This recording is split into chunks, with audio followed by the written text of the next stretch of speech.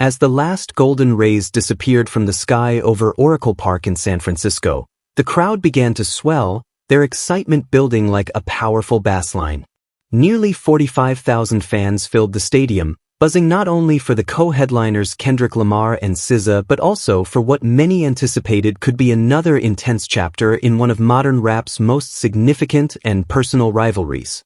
By the way, welcome to Celebrity Hip Hop Showroom, where hip-hop and celebrity drama never sleep, so hit that subscribe button so you never miss the mess. Let's get into it. Kendrick Lamar wasn't just performing, he was engaging, challenging, and at times, haunting his audience. It had been over a year since his fiery diss aimed at Drake with "Not Like Us" took the internet and music charts by storm, and the fallout from that moment had only intensified. A lawsuit from Drake's team still loomed ominously, like a ticking clock. However, for Kendrick, whose artistry often blurs the lines between metaphor and personal revelation, that lawsuit felt like just another beat drop. When the lights finally dimmed, there was no formal introduction, only the familiar deep bass of DJ Mustard revving up the crowd with an eclectic mix of tracks, a burst of Glorilla, a snippet of Sexy Red, and almost shockingly, Miley Cyrus's Party in the USA. It was chaotic and irreverent, designed to keep fans engaged. The stadium erupted with cheers. The grand national tour had begun. Kendrick wasted no time in setting the tone.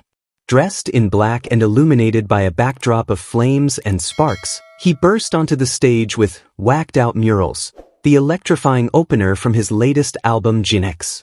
The performance was sharp, with minimal yet purposeful movements. He wasn't just delivering lyrics, he was implanting them with precision.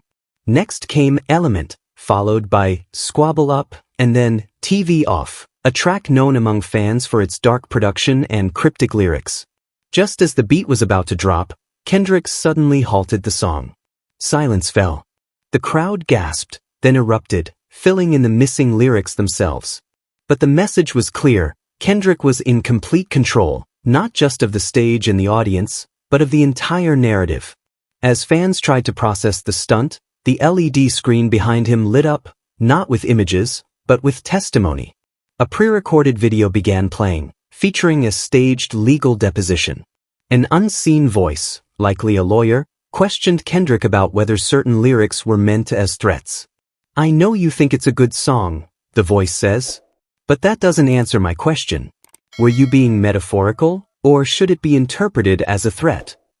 Kendrick gazes off camera, remaining calm, and responds, "Whatever you want to take it." The audience erupted with excitement. Somewhere in Toronto, someone must have felt the heat. Although the legal conflict between Drake and Kendrick remains technically unresolved, Lamar's use of legal imagery during the show was quite overt. Between performances, interludes showcased courtroom sketches of anonymous figures, and audio distortions mimicked censored documents. It was evident who the shadowy figure represented, yet Kendrick never mentioned his name. He didn't need to. The show was organized into 9 acts, merging Kendrick and SZA's solo performances with collaborative segments. While this structure sometimes felt fragmented, like 2 concerts happening on different planets, it also amplified the drama, creating a rhythm that emphasized emotional shifts over pacing. It was a form of controlled chaos. SZA's entrance changed the entire vibe. While Kendrick's set was filled with fire and shadows, SZA's was decorated with lush vines, large moths fluttering across digital screens, and surreal animations that transformed the stadium into a magical forest. She emerged from a Buick Grand National, the tour's namesake, now covered in ivy. Kendrick had left the stage earlier in a black leather outfit, while she appeared barefoot, almost ethereal. Their first duet, 30 for 30, felt like a moment of clarity. It was a performance that held the audience in rapt attention, creating an intimate atmosphere, yet their physical separation on stage was evident. The pair rarely interacted directly, often performing at opposite ends of the stage. Whether intentional or not, this distance underscored an emotional tension, 2 distinct forces sharing the same space but following different trajectories. Then SZA took the spotlight, letting her voice resonate through Love Galore, Garden, Say It Like Dat, and the fan favorite, The Weeknd. Her choreography was fluid yet grounded, as if her dancers were moving through water. Drew Barrymore turned into a cathartic sing-along, with fans passionately singing every heartfelt lyric as if they were their own. When Kendrick returned, the energy shifted again.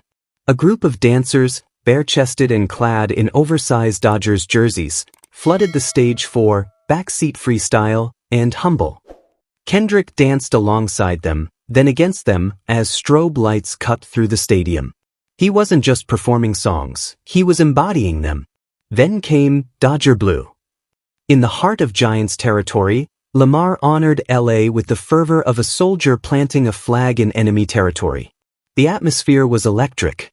However, any thoughts of rivalry between the sports teams faded as soon as the beat changed, and the unmistakable sound of "like that" echoed through the park. The crowd erupted in applause, while some stood frozen, pulling out their phones to capture the experience. He sang the entire song, every line and verse. No edits. No regrets. Just when it seemed like that was the peak, he raised the stakes even further.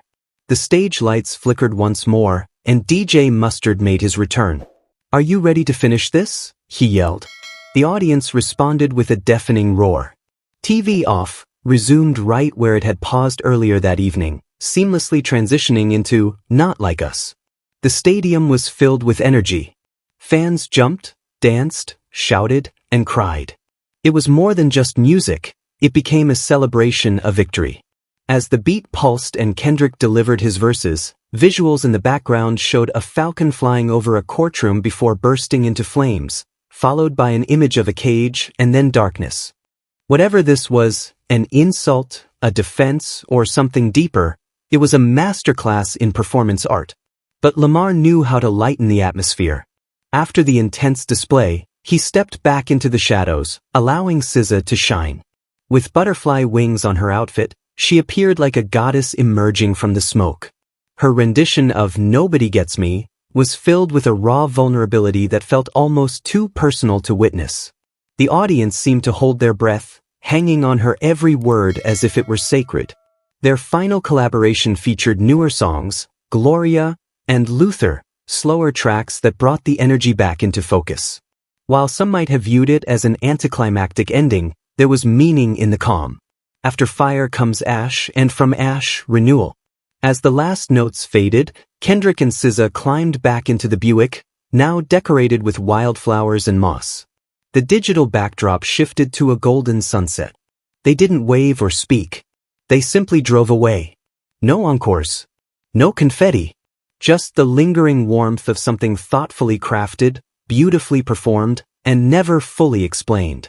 After nearly 50 songs and almost 3 hours of emotional exploration, there was little left to express. Kendrick had provided spectacle, depth, and intensity, while SZA had infused soul and tenderness.